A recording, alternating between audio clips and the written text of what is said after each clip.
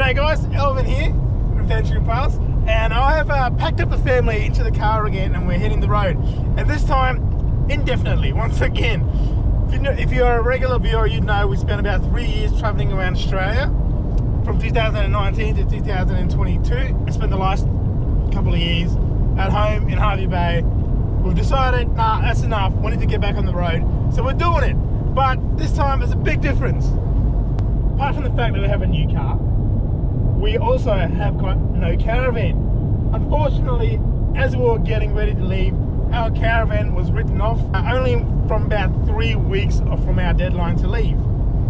So, because we had our caravan insured for what we paid for it pre-COVID prices, we weren't able to afford to get another caravan because I spent all our money on upgrading the car. But anyways, we have a rooftop tent. We have a pretty good camp system already. So we decided, you know what, we're just gonna hit the road in our rooftop tent and camping our way around. See how far we get before I kick up a stink and buy another caravan. So we're gonna start traveling, save a bit of money and see how we go with that. But the adventure has started. We are actually right now in about week 2. We have been smashing about 3,000 Ks in a week or so. So it's pretty intense right now.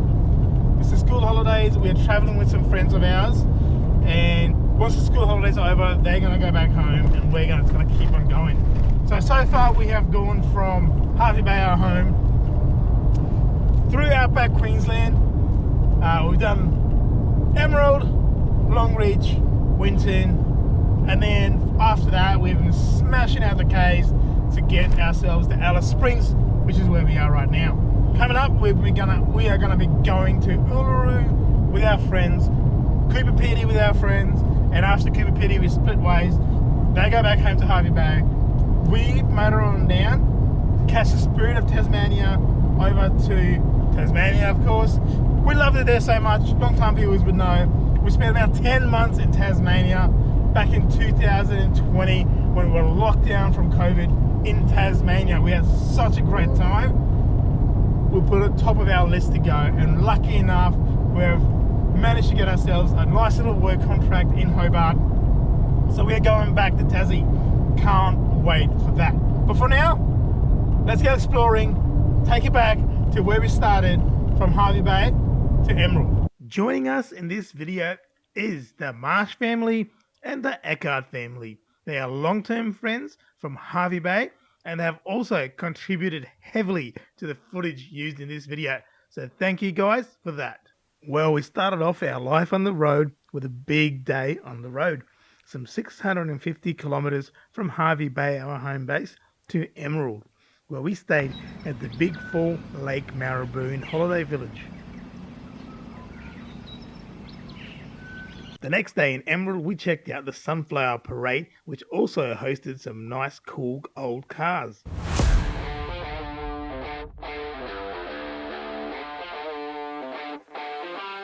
Then that evening, we went into town to check out the Emerald Rodeo. This was pretty cool. We always love a good rodeo.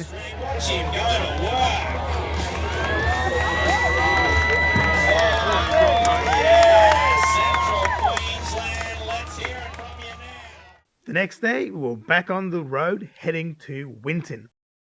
We made plenty of stops along the way, including stopping at Barcaldine to check out the Tree of Knowledge.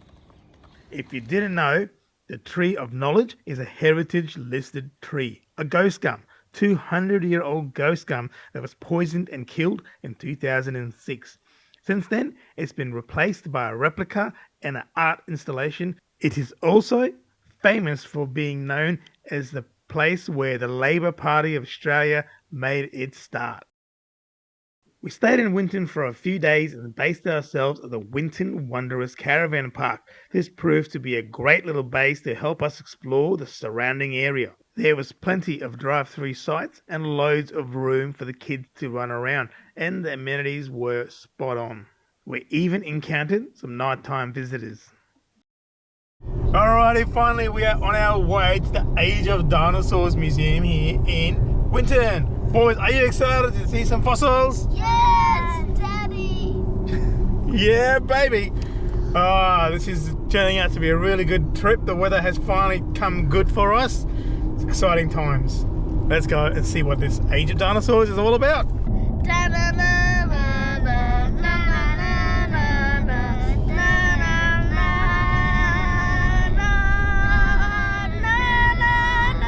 We had opted to do the ultimate dinosaur tour.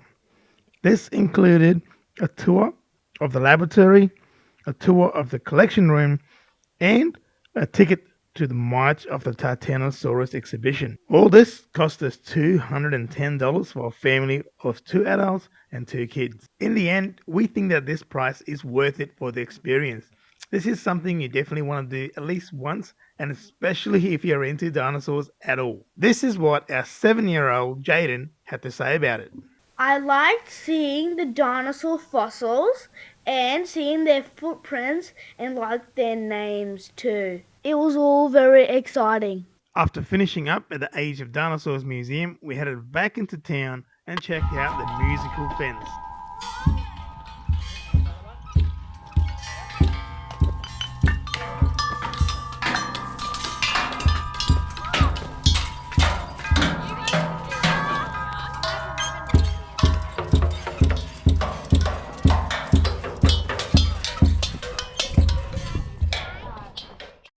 Then, right next door is Winton's Diamantina Heritage Truck and Machinery Museum. This is a really awesome place if you're into your old trucks and machinery. We really enjoyed and spent a good hour here. We spent that evening taking beautiful sunset photos at both of the Winton signs. The sunsets in the outback are something else, I'll tell you.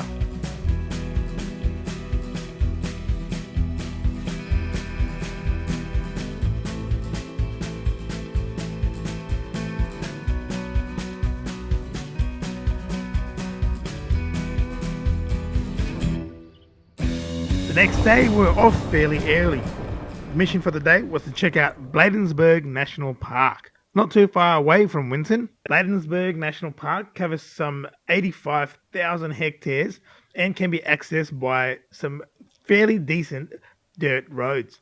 There is nothing to be challenged for any four-wheel drive, but there is awesome things to check out, such as our first stop, which was the old wool shed.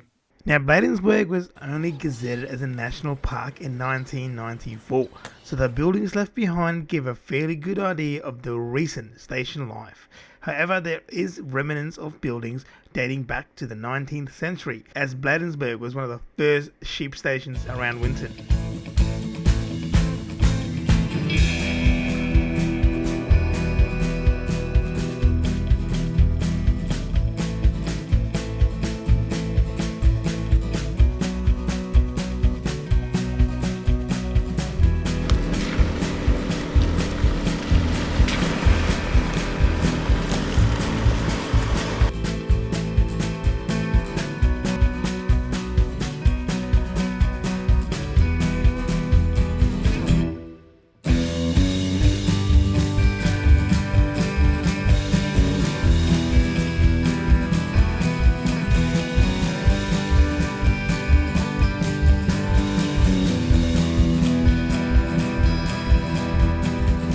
We made the most of the morning by driving around the national park and checking out a lot of the natural and man-made sights. With all the recent rain the area has received, the water holes were nice and full. So we took full advantage of all this water and had a really nice long swim and a great little picnic by this water hole.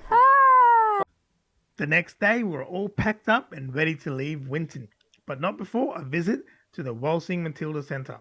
Now, if you didn't know, Winton is the place where Banjo Patterson came up with the very famous and iconic Australian tune of Waltzing Matilda. So we visited the Waltzing Matilda Centre, where they tell us the story behind the famous poem and song and how it's shaped over the years to become a national treasure. The centre also is a great display of Winton and the outback. In leaving Winton, we did leave behind a few things to do for next time. Most notably, a visit to Lark Quarry, where you can first-hand experience the site of the world-famous dinosaur stampede. And leaving Winton, we set our sights towards Longreach, but we detoured to go through Muttaburra. This meant going through an unsealed road, which just adds to the adventure, especially when your convoy includes a 50-year-old caravan.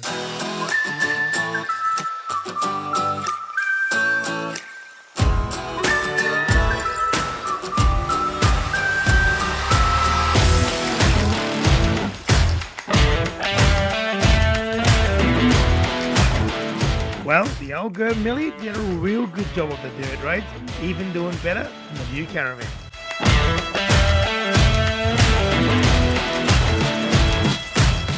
Alright guys, we have all the excitement this morning at Muddy Duck Tourist Park. We came in last night and dropped in a yabby pot.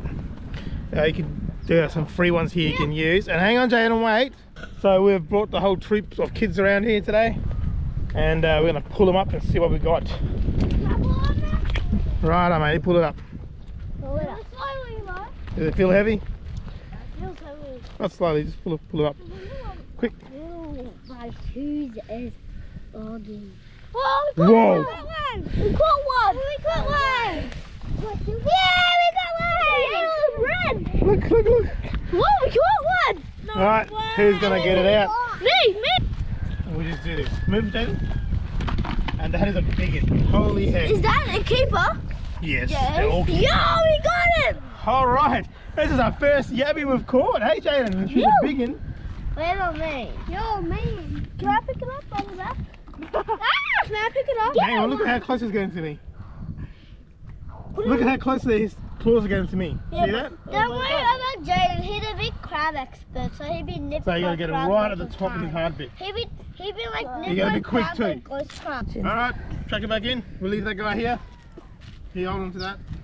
Who's gonna chuck it in? Me, can I please? Well, you pulled it up. You pulled it up. Yeah, he's stronger. Yeah.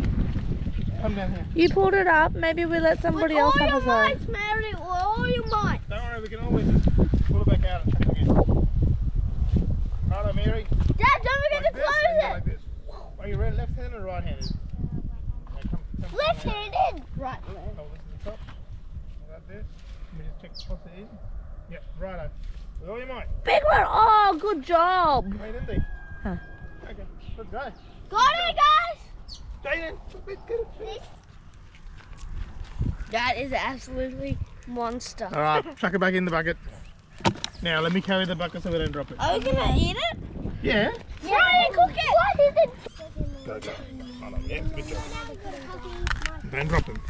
That is a good. Well, how's that for a bit of excitement on our first day in Longreach?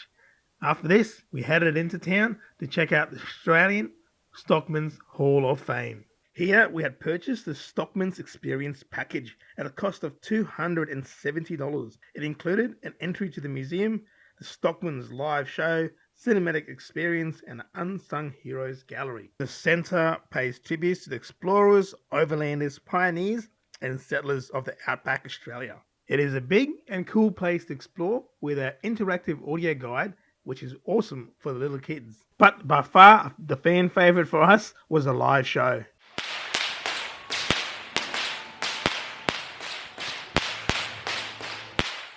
The show was highly entertaining for all ages and was also highly educational. It taught us a lot about life in the outback, the stockmen, the animals, and even a nice tribute to the horses of World War I.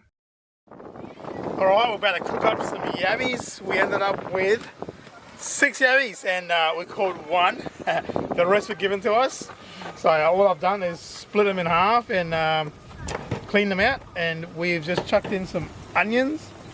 I'm about to chuck in some spices, so let's get into this yabby cook. Sprinkled in some cumin seeds, a couple of teaspoons of garlic, a teaspoon each of garam masala and turmeric. Stirred it in before adding a whole crushed tomato. Stirred it in thoroughly and let it simmer to release its aromatics and delicious flavours. After a minute or so, we added in the halved yabbies, gave it a stir through, and then we added some water to cover to give it some extra soupiness. It really doesn't take long to cook through, just a couple of minutes is enough, being seafood, and then you're good to go. Dad, can I eat first? Nah, I eat first. Here we go, my first time having red claw. Can I have it? Can I have a try? What's that, darling? Can I have a try? No. Oh, it's so good. Yep.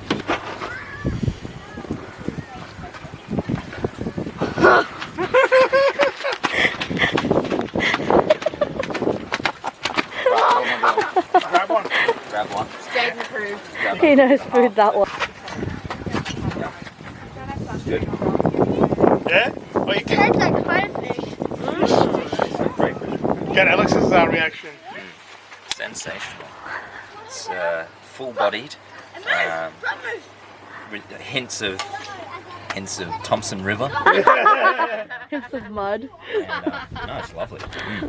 That little taste of the Thompson River was followed up by a dip in the Thompson River to finish up a beautiful day. The next day was our last in Longreach, and after packing up, we headed in to check out the Qantas Founders Museum. As you may imagine, this place is all about Qantas, and we had a really awesome tour guide who explained a lot of things to us, and his passion came through and made a really good experience for us all.